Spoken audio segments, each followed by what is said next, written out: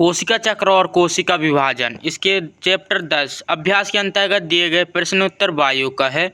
स्तनधारियों की कोशिकाओं की औसत कोशिका चक्र अवधि कितनी होती है? इसका आंसर दे दिया। जीवद्रव्य विभाजन व केंद्रक विभाजन में क्या अंतर है? निम्न अंतर है। अंतरावस्था में होने वाली घटनाओं का वर्णन कीजिए। इसके बाद है कोशिका चक्र का प्रशासन अप्रसवात क्या है? इसके बाद है सूत्री विभाजन को समविभाजन क्यों कहते हैं? कोशिका चक्र की उस प्रवस्था का नाम बताइए जिसमें निम्न घटना संपन्न होती हैं।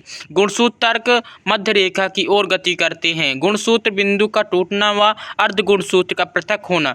समजात गुणसूत्रों का आपस में युग्मत होना। समजात गुणसूत्रों के बीच विनियमित का होना। इसका आंसर दे दिया। निम्न के बारे में वर्णन कीजिए।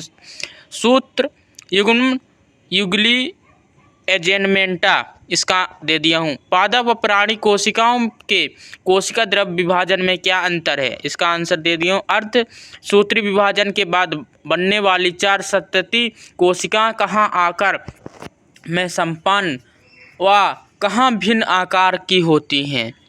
इसका आंसर दे दिया हूँ। इसके बाद है सूत्र विभाजन की पश्च अवस्था तथा अर्धसूत्री विभाजन की पश्च अवस्था में क्या अंतर है? इसका आंसर दे दिया हूँ।